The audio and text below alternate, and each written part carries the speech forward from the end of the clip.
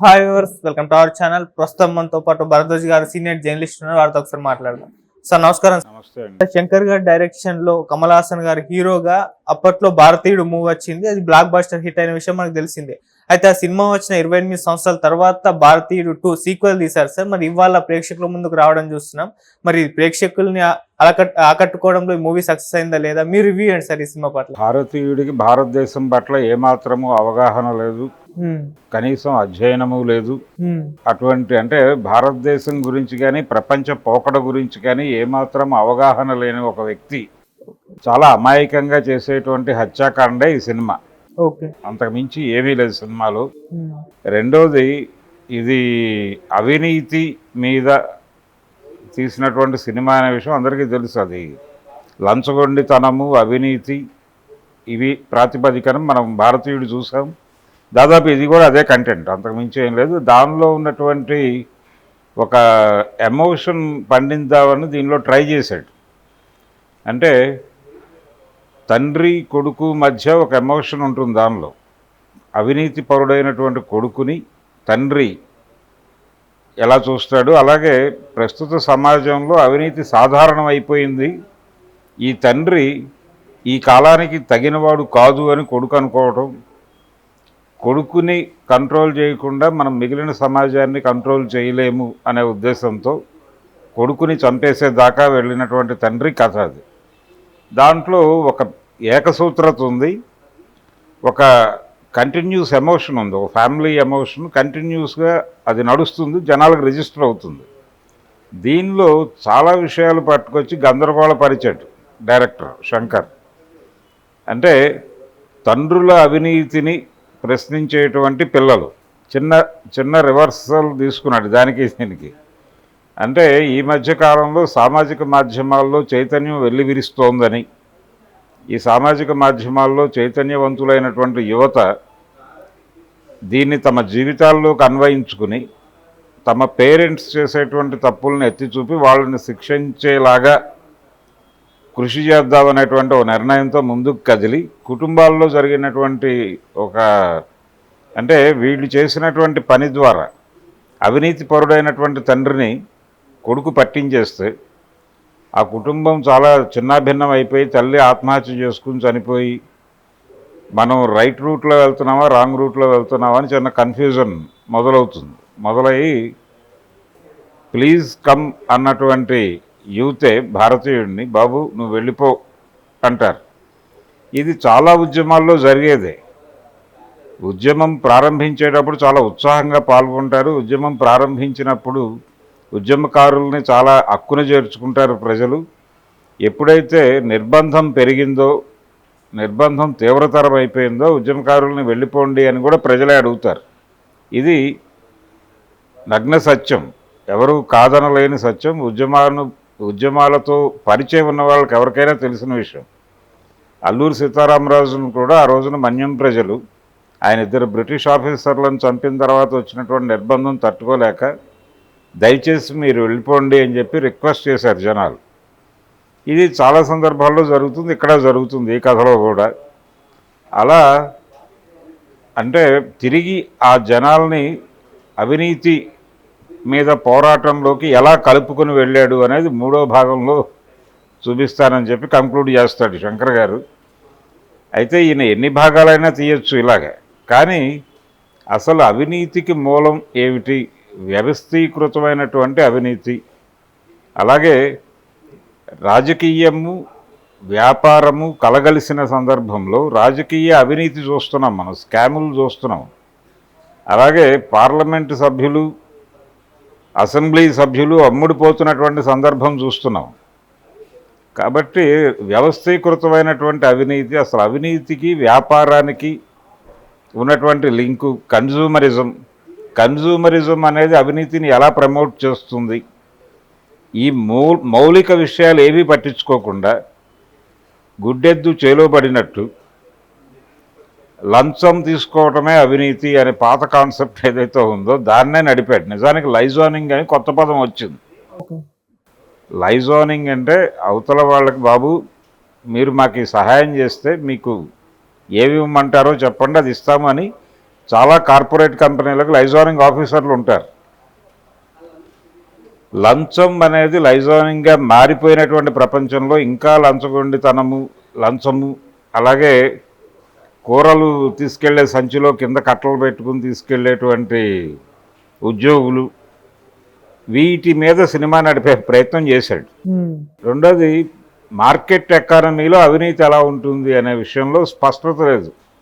భారతీయుడికి స్పష్టత లేదు. భారతీయుడికి స్పష్టత లేదంటే డైరెక్టర్కి అంతకంటే స్పష్టత లేదు. ఇది రెండు విధాలుగా జరగాలి. ఒకటేమో ఆయన ఈ వ్యవస్థ అంతా అవినీతిమయం అయిపోయింది కాబట్టి దీన్ని కాపాడాలి అనేటువంటి ఒక సందేశాన్ని ప్రజలకు ఇవ్వాలి అనుకుని ఉండొచ్చు. కానీ దానివల్ల ప్రయోజనం ఉండదు. మనం చూసాం ఇలాంటి డ్రామాలు. యూపీఏ రెండోసారి యూపీఏ అధికారంలోకి వచ్చినప్పుడు అవినీతి మీద చాలా పెద్ద చర్చ జరిగింది. అలాగే అవినీతి పరులను వెనక్కి లాక్కురావాలన్నారు. విదేశాలకు పారిపోయినటువంటి మాల్యా లాంటి వాళ్ళని ఇమ్మీడియట్గా ఇక్కడ తీసుకురావాలన్నారు. అలాగే అక్కడ విదేశీ బ్యాంకుల్లో నల్లధరాన్ని దాచుకున్నటువంటి నల్ల కుబేరుల జాబితా అని చెప్పి ఒక పెద్ద లిస్ట్ అనౌన్స్ చేశారు. అన్నా హజారే గారు, కేజ్రీవాల్ వీళ్ళందరూ నిరాహార దీక్షలు కూర్చున్నారు అక్కడ జంతర్ మంతర్ దగ్గర. అవినీతి మీద పెద్ద స్థాయిలో ఉద్యమం. చంద్రబాబు నాయుడు గారు దానికి మద్దతు ప్రకటించి హడావిడి చేశాడు. ఇంత హడావిడి చేసిన తర్వాత ఏం జరిగింది అనేది చూసాం.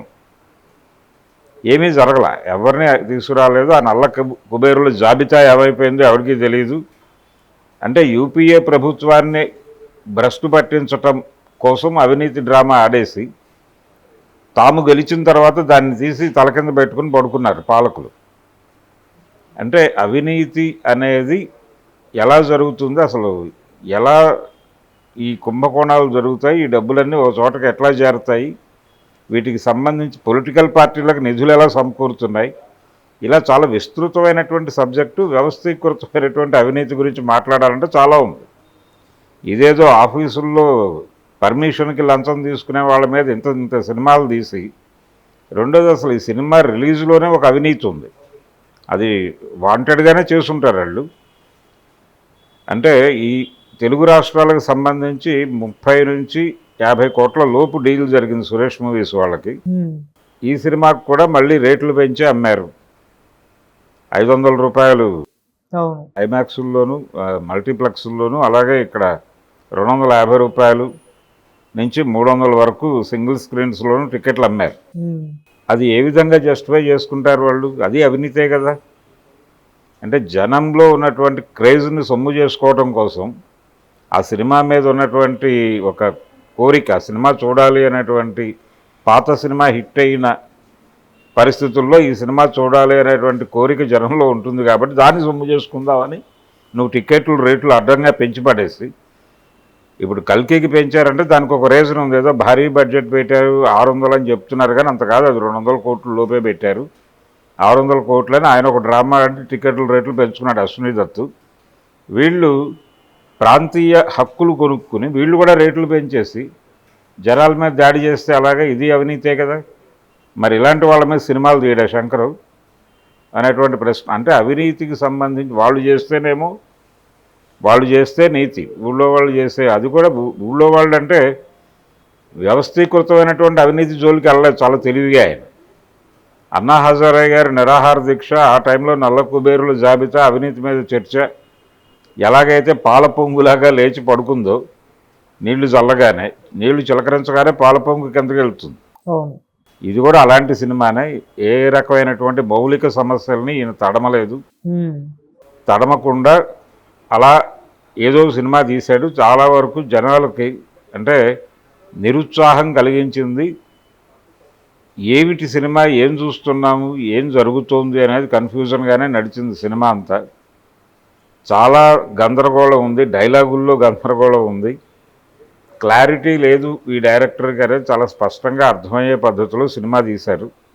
శంకర్ భవిష్యత్తులో అంటే ఆయన మొదటి నుంచి కూడా ఏదో చిన్న సామాజిక సమస్య పట్టుకుని దాన్ని ఏదో అద్భుత రసాన్ని మేళవించి అదేదో జానపద సినిమా శైలిలో తీస్తాడు.